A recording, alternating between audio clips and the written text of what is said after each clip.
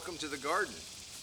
Riley and I want to share with you a few things the deep mulch have taught us about gardening. One thing that we've learned is we sure do like these monster cabbages. I'm just going to make a pile here, and we will take those in the house.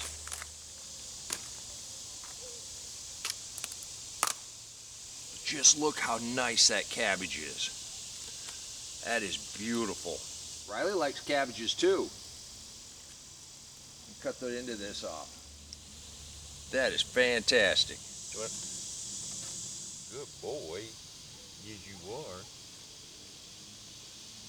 We've got another nice one right here that's ready to come in. It's not nearly as big, but it's just as beautiful. We're going to save these outside leaves. We're going to take those up to the house. We are going to chop them up and we're going to use them. It's not the biggest cabbage that we've ever grown, but it's sure nice. One of the things the deep mulch have taught us is it is virtually weed-free. After doing some studying, we found out it's because it produces more ammoniums and the weeds don't like to grow in ammoniums. And by mixing hay, grass, leaves, wood chips, and any other organic material, it seems like we've hit a nice balance. Another thing the deep mulch has taught us, things grow amazingly fast and big. And the hardest work that I have to do now is harvest, and that's no joke. The other thing the deep mulch has taught us is how nice it makes the soil. And after doing a little studying, it's the life in the soil that makes the structure.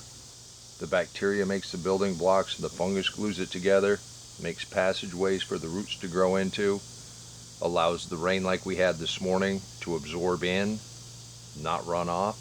I mean, I'm out here walking on this and we did get an inch of rain and it didn't stop till about 11 o'clock, 12 o'clock today.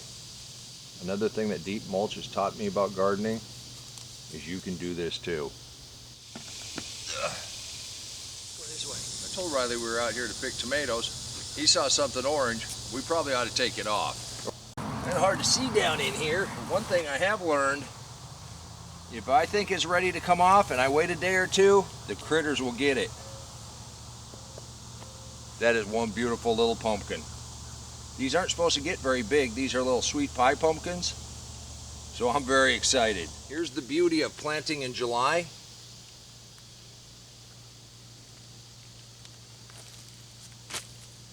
See, these carrots have started to come up. And it's only been a couple days since we harvested those seeds. But like the last ones, I did not treat for the slugs, and the slugs got after them.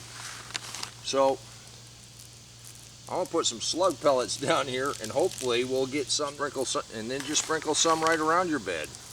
And this is just iron phosphate and it'll break down naturally. Round 2 of our carrots, we'll see what we get there.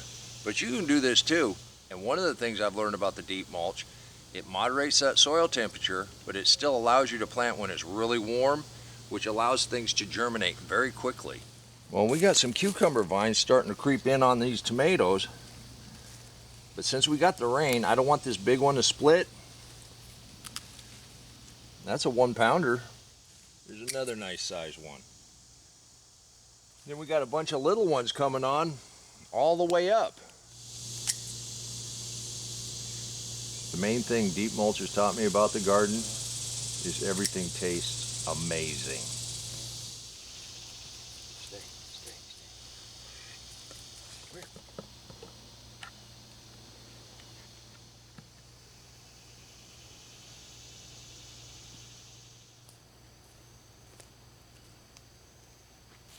Oh, good boy.